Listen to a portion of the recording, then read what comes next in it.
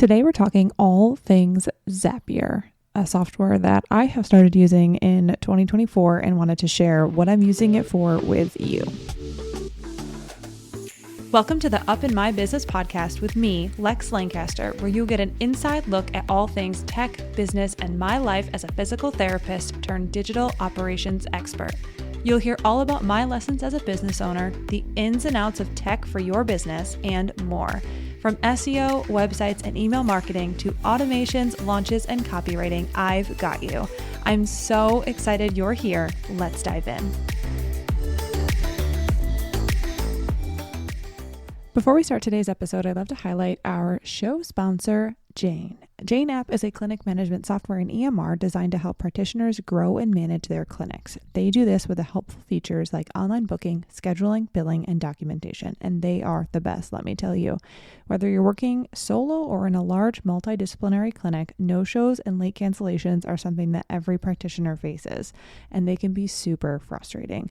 Jane offers several tools to help you prevent and manage those no-shows, including the ability to save a credit card on file and send out automated SMS and email reminders, and they are truly a game changer.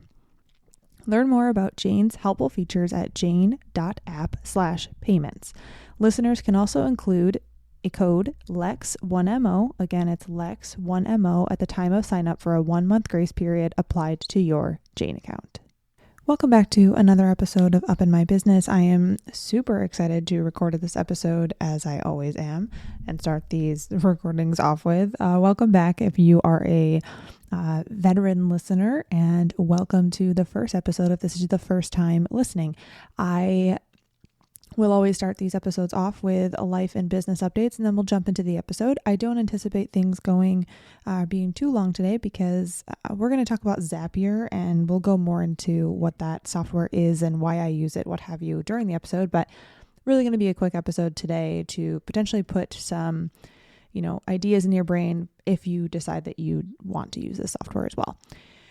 We'll start with personal updates. So personal updates, really not much to report. Actually, did I talk about Vegas? Shantae and I went to Vegas. I think actually it was last week that I recorded ahead of time. Yes. So Shantae and I went to Las Vegas to see Garth Brooks' residency. And if you get a chance to go, highly, highly, highly recommend. It was so good. It was a phone-free experience, and I sent out an entire email about the phone-free experience this week. And it was great. I think initially, and the way that he does things may be different. And I know that there are many other performers who also do the phone-free policy situation. And it really does work well because it creates an environment where the only thing that you have to do is to pay attention and be engaged in the show. There was a guy sitting in front of us that had a few too many drinks and he was completely passed out. His wife seemed completely unbothered. So clearly that was not something that's new to her, but, yeah, it was great. I will say that the only unfortunate part is we couldn't document our time inside the concert because you can go stand and get a photo together in front of the stage. There was a line to do that, but it was also kind of we're not going to stand in line to get a photo with a guitar in the background. It would just been nice to take at least one photo inside, but we were so close. I think we were 5 rows back. So, super, super close. And it was just so good. We're very, very happy that we bought these tickets so long ago and we're able to finally go. And it's also crazy because we bought them so long ago and for it to already be time to go, it was just such a wild thing. But I think we went to Las Vegas for Saturday night to Monday morning, and it's really the perfect amount of time to spend in Vegas.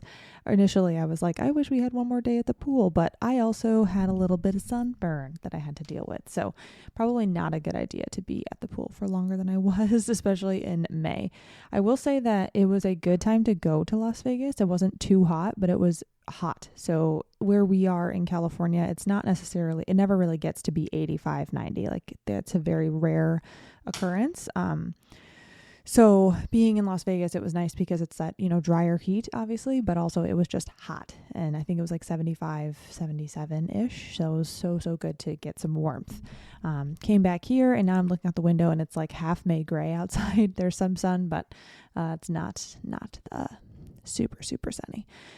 Otherwise, there's really nothing else to report. Not really anything different as far as life goes. All the volleyball still works very, very busy. And, Moose has a new groomer. Hopefully at the end of the month, she's going to go to a groomer that will hopefully not shave her. Getting pretty frustrated with the whole, we let her grow out. We like how she looks long.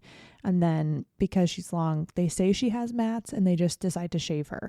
And for the price that you pay, honestly, I have no problem paying what I pay to get her groomed, especially out here. It's expensive.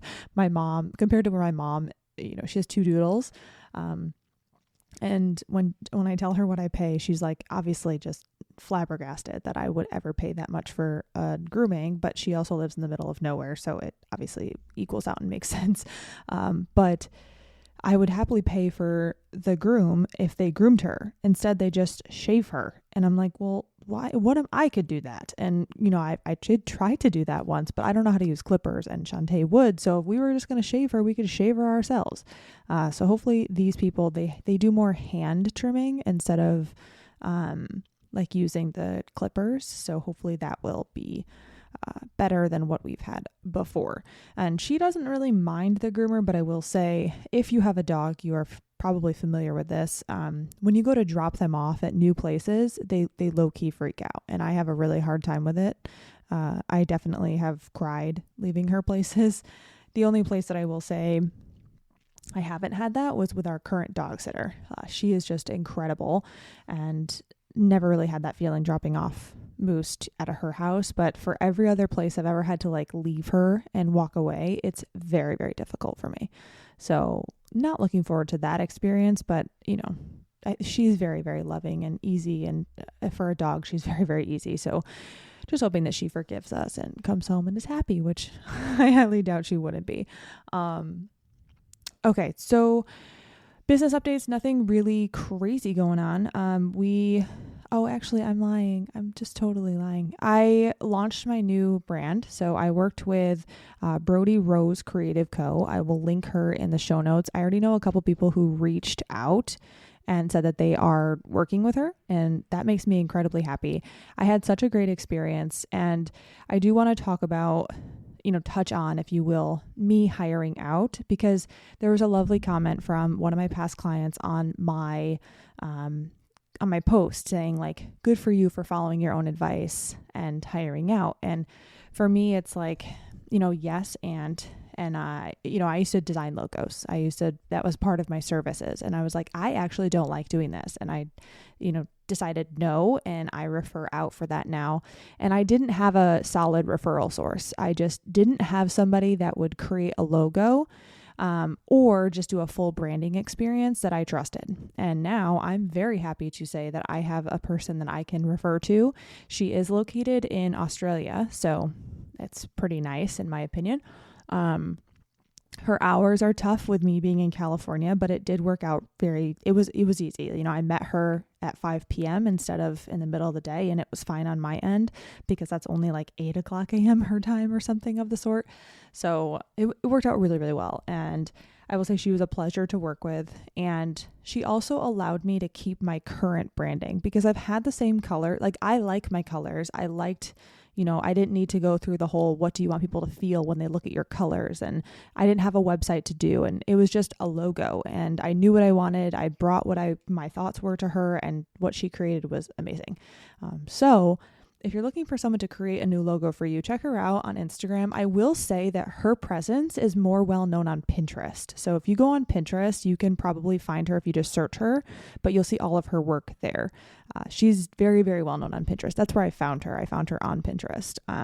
And I want to also touch on hiring out. So for me, I'm I would be happy to hire out for things if I needed to. So I don't hire out for anything except for my accounting. So Sandy York, Fit Money Coach, she's my accountant, and she handles everything on that side of things. And I never, ever want to touch that stuff again. So totally happy to hire that out, and I trust her. For other things, for me, it's I will say that I've had an experience where I did hire out, and it was just a very, not poor experience, but it wasn't great. And for the price that I paid, I was like, oh, well, that's kind of a bummer. And it just didn't turn out to be what I expected. So for me, I'm always really picky about who I hire out. So on the discovery call, I gave her all the information up front, what I was looking for, what I needed.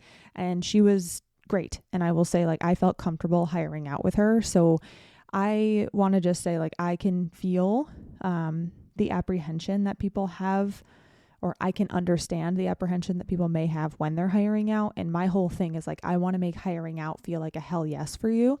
And if it's not, then, we don't have to work together, but I want to make sure that that's what it feels like. And it was great to have a hell yes on my end for this experience. So if you have not seen my new logo, check it out. There's a post on my Instagram. I can link it in the show notes, but really, really excited about that. And all of the other things that I got with the whole experience. I got graphics, I got icons, I got background. It was amazing. It was great.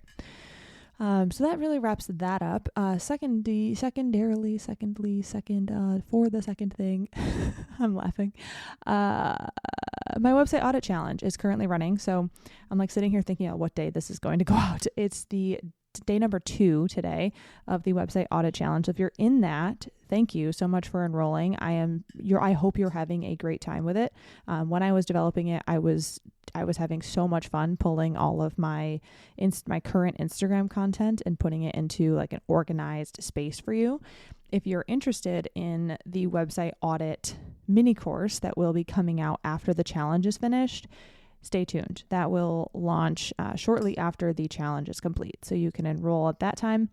And yeah, it will forever live on my website. So if now is not the time, maybe the time will be later on. But that is forever going to be living on my website. Other than that, really nothing new to report as far as business goes, but just look out for all the new branding stuff coming your way, as well as if you're looking to book with me, just know that you are likely going to be waiting 2 to 3 weeks at this point. My July availability will be less as far as what I will have available, because I am going on a little trip. We're going to Pennsylvania to see Shantae's family, and then also just it's summer, so I'm taking less. It's totally done on purpose. I did front load the year. Shantae has, taught me very well. She does that. So I copied her method, really front loaded the beginning of the year here, and then we'll do less this summer. And then it's the fall, and the winter, it's just like travel all over the place, but I'm very, very excited. Okay. So I'm just thinking, I'm looking at my list. Okay. I'm good. We're going to jump into the episode. So a little backstory. I'm just going to tell you about Zapier, and then my thoughts and feelings, how they've changed. And then what we'll be talking about today is just how I'm using it. So Zapier is a software that connects multiple softwares together. So for instance, if you have a website and you have an email marketing system that don't automatically integrate, you can link them together typically with something like Zapier, or it'll take a Google Sheet and connect it with a form that you have on your website. The long and the short is that years ago, I was a big hater of Zapier, and I continue to not rely on it. And we'll talk about that in a second. But I was a huge hater of Zapier because stuff breaks. And for me, I never wanted an essential component of my business to be run through a software that breaks, obviously. That goes without saying. So if something is going to essentially a glass ball, if you will, if something will not go according to how I want things to be as far as brand experience goes, but also if something's going to fall through the cracks because I'm using Zapier and it breaks, I won't use Zapier for it. So ideally, you pick software that connects automatically. So my email marketing software and my website software connect without using an external software. Kajabi, my course software, and my email marketing software connect without using outside software. That's the ideal situation. That's why picking software in the beginning is very important, and choosing the ones that you need, from the jump is important. So even when it comes down to scheduling software, when someone schedules, they go into my email marketing software. I can connect my scheduler to my website. It all matters, right? So that's the ideal situation. Now, there are other software things or other automations, if you will, that I want to happen without me doing them. And if they were not to happen, so if something happened, Zapier broke, these automations would not, lead to a poor customer experience, and my business would run just fine without them. So that's my goal for Zapier and how I use it. Some people will tell you that they use it to automate their entire business. I'm not really an advocate of that. I don't think that you need to automate your entire business. I think that things need to have a personal touch to them, but there are things that you can automate to just make sure that you're including certain touch points in your experience, as well as being able to track things. So that's really my goal for that, is to improve the number of touch points that can be happening without me needing to type an email, right? And also being able to make sure that I'm able to track client inquiries. And that was my goal for Zapier. So I would say that if you are on software that does not automatically link, I would consider, maybe not using Zapier to make sure that a client intake goes to your email, right? Because there are things that you need external software in order to make a form response go to your email inbox, which is mind-blowing to me. Just don't use that software. But anyway, if you have certain softwares that need Zapier in order to make essential components of your business run, for me, I would say no to that. But for me, I'm looking at this as, plastic balls. If Zapier broke, all the things that I use Zapier for would not lead to my business not being successful, or a client not getting an intake, or anything that really makes a huge difference. So if we look at what I'm using Zapier for now, I'm going to go through the things that I'm using it for just one by one, and then it may spark your mind to say, oh, I could potentially use Zapier for that. Before I do that though, I just want to say that I am on a paid plan because I need a certain number of tasks per month that go above their free plan. You can be in their free plan if you have one-step Zapiers, and we'll go through what that means in a second. But if you have multi-step ones, you have to be on a paid plan. I believe it's $30 a month, and that's US dollars, of course. So we'll go through the multi-step ones that I have, and then just saying that's why I'm on a paid plan, as well as the times that I need it to run. So if you have a very big business, you can have a lot of zaps happen in a month if it's the essential components of your business, right? So if you use it for a lot and you're running zaps a lot, it can get expensive. For me, the most that I have per month is probably, 100 to 150 out of the 750 that I pay for. And people will say, well, that's 750 zaps, 750 events. That's a lot. It's really not a lot if you use it for essential things. So an essential thing in my mind is someone books a call and they get a Zoom link sent to them. That means every call that's booked, a task happens. I don't use it like that. For me, it's literally connecting software and having things happen on the back end that, like I said, are not glass balls and also do not happen multiple times a day. So what do I use Zapier for? So again, Zapier is connecting multiple softwares together that don't connect automatically.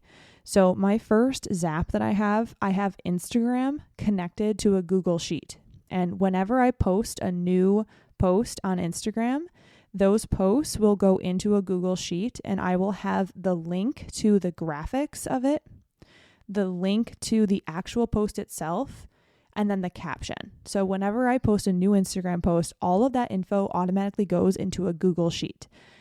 Do I need that to happen for my business? Absolutely not.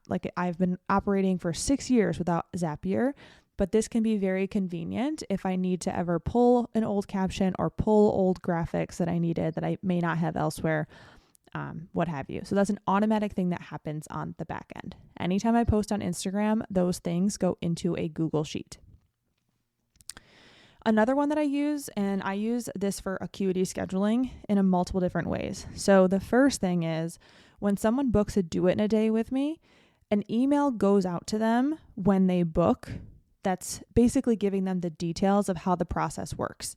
I could send that via email, but what that means is that I'm going to have to grab their email, go to my email, use a templated email that I already have in my inbox, and send it to them. Instead, when I book the do it in a day, when I book my VIP day inside of Acuity, it automatically triggers an email to come from my Gmail account that goes to them, and they get that email in their inbox that describes the process to them. So instead of me having, 3 to 4 steps, I now have 1 step in order for that client to be booked and also get a follow-up email from me. Now, if you have Acuity, you know that you can have emails inside of Acuity go out when these people book. That still happens. So they still get an appointment confirmation. But I want another Gmail thread to go out that's not attached to the Acuity appointment. And that's why I have that set up. So someone books a Do It in a Day VIP day with me, they automatically get an email from Gmail, my Gmail account, that just gives them a rundown of the process. Another one that I have with my Do It in a Day VIP day is 1 week prior to the day that they are scheduled in, they get an email from me just saying, hey, we're 1 week away. Make sure you have your stuff done before our date. So that's happening automatically. So once again, someone books a call or books that Do It in a Day VIP day, they get an email from me. And then 1 week prior to their scheduled day, because people are oftentimes booking, 2 months out. So that means that I have less contact with them, and I will probably add more follow-ups in here eventually. I'm just starting with these ones. So 1 week prior, they get an email from me that just is checking in with them, letting them know it's a week away. Is your stuff done? And that has dramatically improved, how ready clients are for the Do It in a Day. And I like it because it gives them a touch point from me. And I'm not having to go in, check my schedule for next week, see who's scheduled, and then schedule an email out. It all happens automatically for me. Now, the other 2 that I have an intake form, if you will, for my service brochure. So all of my prices are on my website. However, if you want to download my service brochure at any point in time, you can, and you can have all of my prices on one page. Now, that doesn't automatically update. So anytime I have an update in my service brochure, that brochure stays the same. So I do have a note on there just saying like, this is current pricing only. So make note of that. But whenever someone submits that form, their name and email go into a Google Sheet. And then from that, they also go into ConvertKit, my email marketing software. So they input that form, they go into a Google Sheet, and then they go into my email marketing software. So that's a 2-step zap. 2 things happen there. Submit into a Google Sheet and then into ConvertKit. So that means that one would be a paid zap regardless, because it's 2 steps. Now, the Google Sheet that they go into is actually where I manage my clients. So I have like a client intake Google Sheet where it's set up to be any type of inquiry goes in there, and then I can toggle with a drop-down menu if they book, if they don't book, if they're not a good fit, who I referred them out to, yada, yada. So that's like my client management, if you will. I really have enjoyed having that. It's like a lead tracker. If you've heard of the lead tracker, then that's what we're doing here. So that's my lead tracker. And I've really enjoyed using that month to month because it allows me to keep all of my inquiries and whatnot in one place. And it's really easy to follow up with people. So I really enjoyed that as well. Before, I didn't have any type of system where I was managing people. But I've received more inquiries, year after year after year. And it's just been hard to keep up with the inquiries that I get if they don't immediately book. So this has been, a game changer as far as being able to keep up with people. The last one that I have is whenever someone books a discovery call with me, they get put into that same lead tracker sheet. And then they also get put into ConvertKit.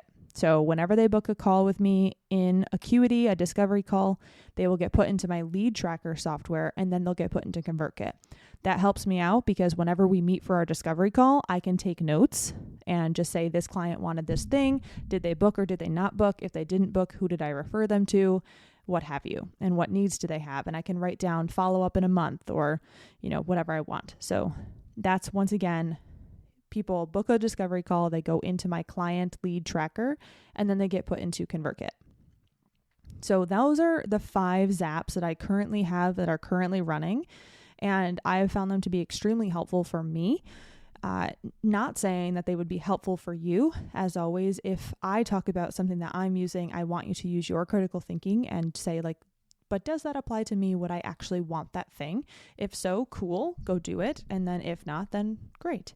I will say that setting up Zaps can be kind of hard. So I say that not because I'm like, you should book with me in order to do this. I don't care. You can Google it. But for me, I'm like, I was setting them up and it actually took me a couple tries to make sure that things work well. Now that I'm used to the software, it's not a big deal.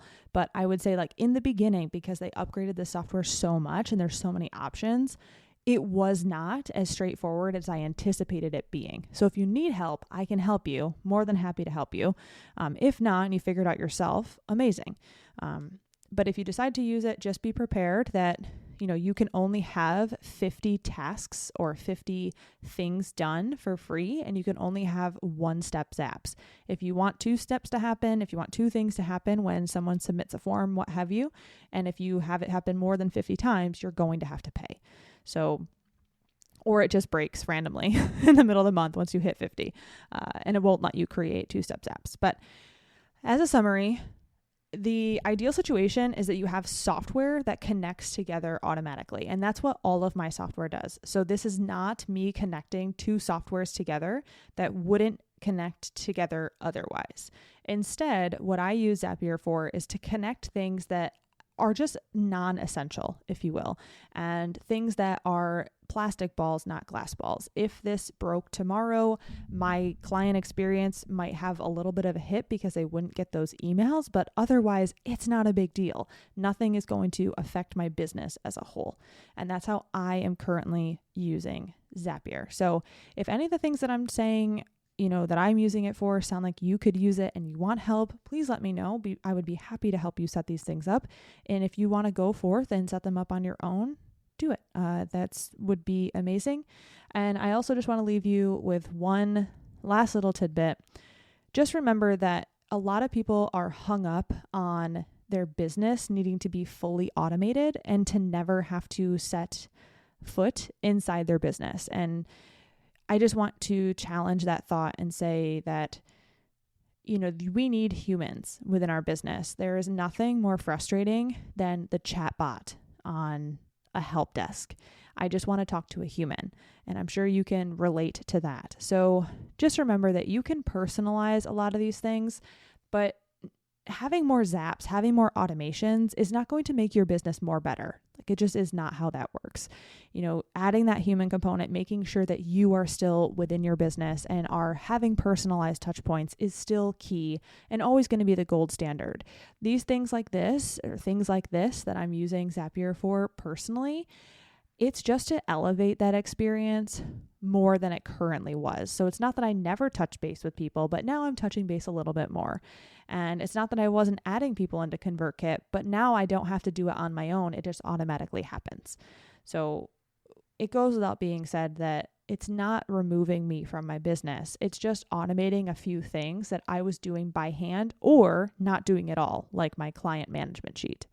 So take that for, whatever you want to take it, however you want to take it, and do whatever you want to do, of course.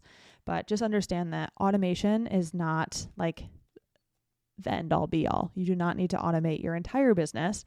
And I would advocate that if you choose the correct software, your software links together, Zapier could be used to increase touch points and to simply just make your back end work a little bit easier and save a little bit of time. But once again, it's all non-essential things, not essential things.